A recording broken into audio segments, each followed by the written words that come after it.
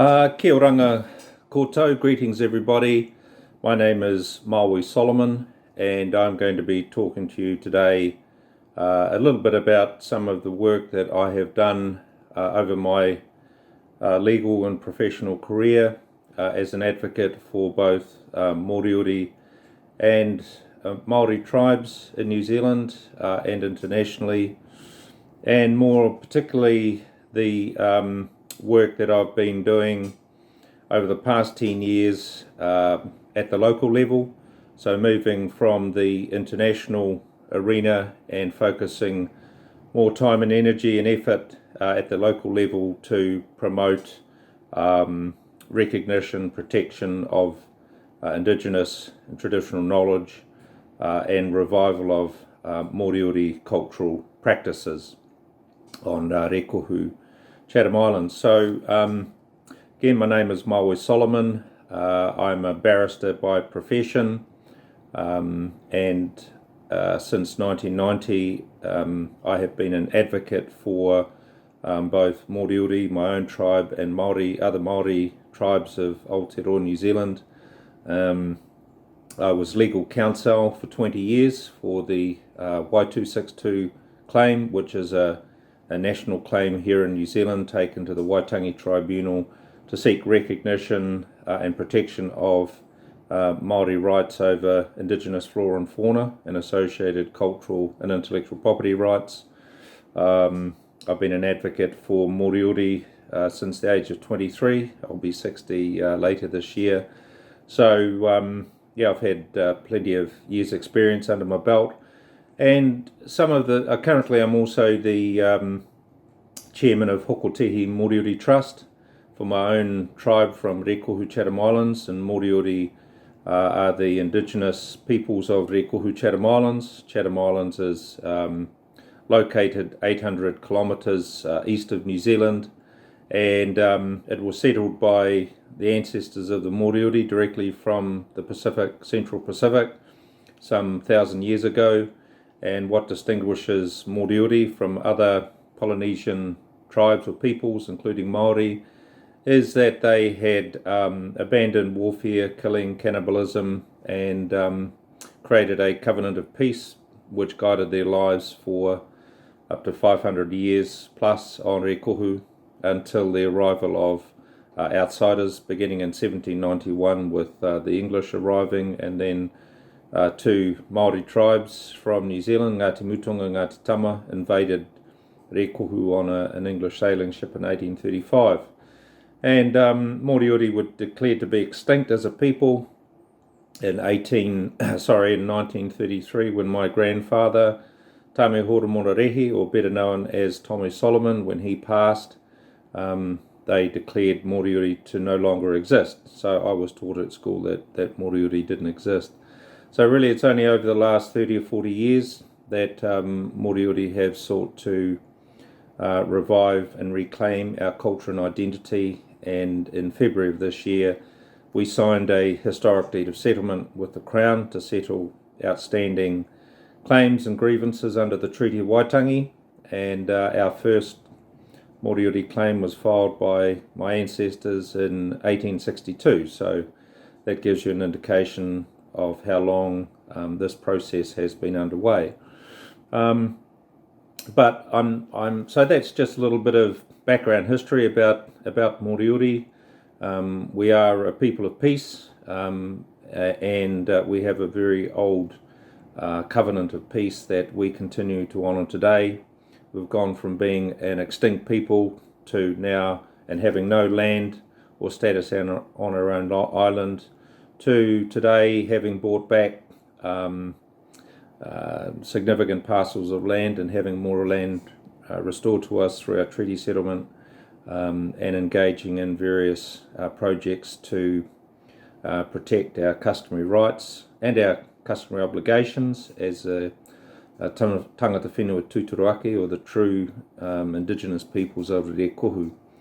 So that's a little bit of my tribal background. As I said at the start, I have been attending CBD meetings, WIPO, UNDRIP, and various other international regional conferences from the early 1990s right up until I think the last one I attended was at WIPO in 2012.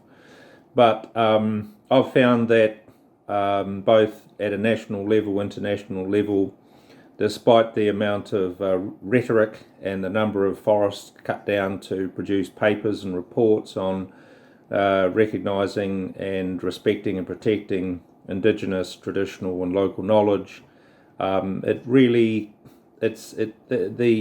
powers that be, both nationally and internationally, seem to have operate under the de minimis rule, give the very minimum, and try and work hard to retain the status quo.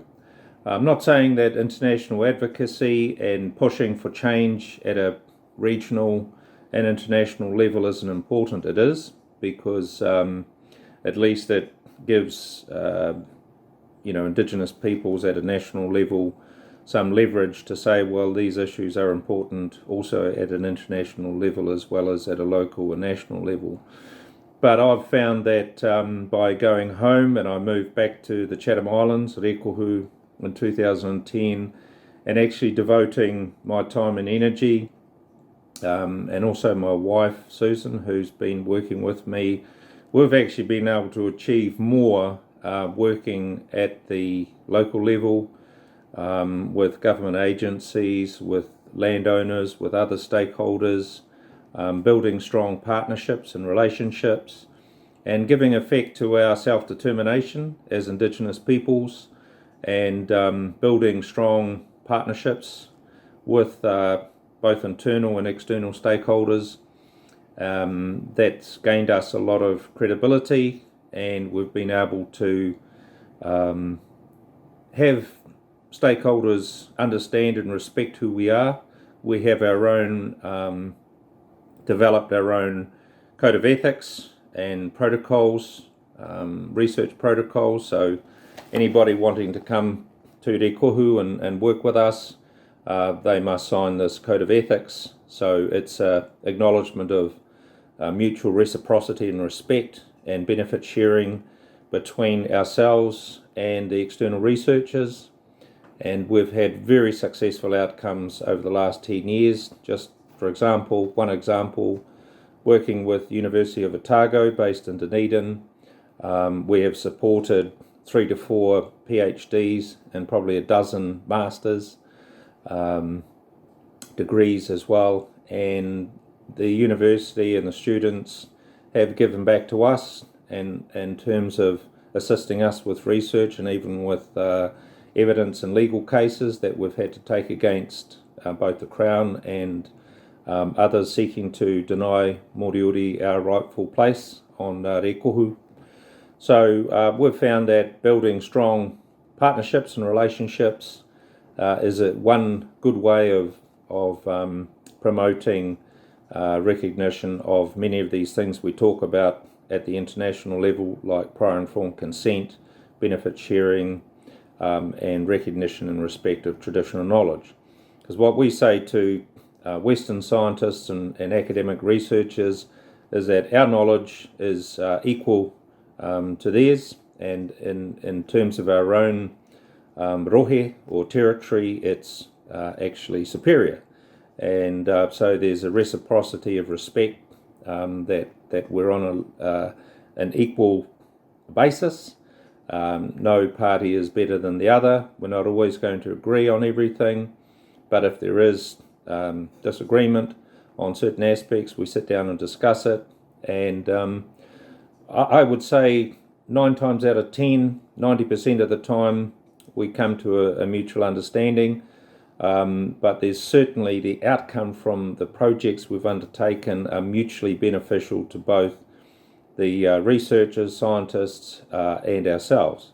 And look, in my opinion, Indigenous knowledge has as much validity and relevance as Western scientific knowledge. It comes from a different source, but in many ways, science is now only catching up with what Indigenous peoples and local traditional communities have always understood, that everything's interconnected. We need to have greater respect for our land, for our sea, for our atmosphere, that we're all part and parcel of that, and we need to be giving more back to nature than we have been taking from her, because our very existence as human beings on this precious planet we call Earth depends on that. And Indigenous traditional peoples have always understand that. We still understand that, and Western science can learn an awful lot from Indigenous people, but they need to open their minds, they need to open their hearts, and they need to leave aside this notion of superiority and treat Indigenous peoples as equals. And so, that's why, I believe we've made greater progress working at the local level with local agencies and individuals than I have advocating at an international or even at a national level. Just one example, I've been involved with the Y262 claim that was filed by a group of elders here in New Zealand in 1991, and I represented the claimants from 1993 right through to 2007 when the final closing submissions were made. And then a report came out in 2011, and it's only now, almost 10 years later, that the government are starting to to look into that report. And it's a whole of government report. If you're interested in looking into it, you can Google Waitangi Tribunal and look for the report known as the YWAI 262 report, Ko Aotearoa Tēnei. This is New Zealand. And it's got some very useful information in there on where Maori tribes understand their relationship is to the natural world, to one another, and their responsibilities and rights. So thank you for listening, and me rongo, in peace.